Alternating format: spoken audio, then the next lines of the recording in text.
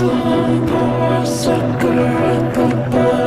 guess you could say that I have reached a new low. This album is so intimately otherworldly to me that sometimes I don't even feel like I was meant to listen to it. It's like an alien transmission of sorts, constantly flickering like busted porch lights, only slightly pulsing over shimmering drones crystallized with glitch fuzz. This album is something else, or somewhere else for that matter. There are many ways to describe Double Negative that don't at all apply to their previous albums. This is something totally new, sort of like a digital age Mark HOLLIS record, or a more despaired and troubled 22 a Million, or a slightly more optimistic Have a Nice Life. It begs for your attention paid towards tiny details in the music, better thought of as an ambient record than a slow pop one. Even in moments like Always Up and The Sun, there may as well only be the sound of wind, but then you take a careful ear to it and it starts to just sound so awe-strikingly abyssal. So when you do hear a voice calling out to you, it's all the more chilling. Quorum crackles and spits like a TV antenna trying to tune into the next channel or a tape slowly disintegrating. It's the sound of something crumbling, and the cavernous atmosphere leads you to believe that it's something as significant as memory or time, or even life itself. Always trying to work it out constantly sounds like it's splashing in and out of a big oceanic pool, and the final minute and a half of the song sounds like the result of diving back in and swimming among the rest of it. Terrifying as you don't know what's down there, but also beautiful in a way because of the possibility of finding something totally beautiful. I hear words every now and then about how distorted and ugly the production sounds, but it's so obvious that Low are doing a lot more with it than just using distortion for the sake of distortion. They're using it to enhance the atmosphere and the world building instead of letting those production quirks kind of get in the way or stagnate any of the emotive potential that the album is trying to put up. Tempest is the best example of this, as the vocals that you hear are slathered in a vocoder effect and then double dipped in a pool of distortion, almost as if you're listening to Bon Iver sing through a walkie-talkie. But the effect is so eerily foreign, like someone in your distant memory is trying to call to you but you can't make out what they're saying. The sludgy march of Rome Always in the Dark is probably the most rewarding payoff for sitting with the rest of the album, as if it were a rumbling fountain that erupts after half an hour of waiting for it to be plumbed together. And the first moments of true clarity on the album, on Dancing and Fire, are the moments that you're hearing Alan SPARHAWK's voice, with no vocal effects, nothing fuzzing it up, no production quirks getting in the way. Hearing his voice so clearly on the record is like an epiphany of sorts. It's like a waking moment before the next 3 tracks arrive to pull you back in. And then the closer, Disarray, is the one track that makes all of the listen truly worth it, pulsing with a distorted drone, but now the vocal harmonies are so clear and pronounced in the mix, being able to hear them finally is a satisfaction of its own. And though this album doesn't seem to have much of a clear direction or even progression, aside from those several moments of clarity, and considering the album sound, I would have really liked that to be the case.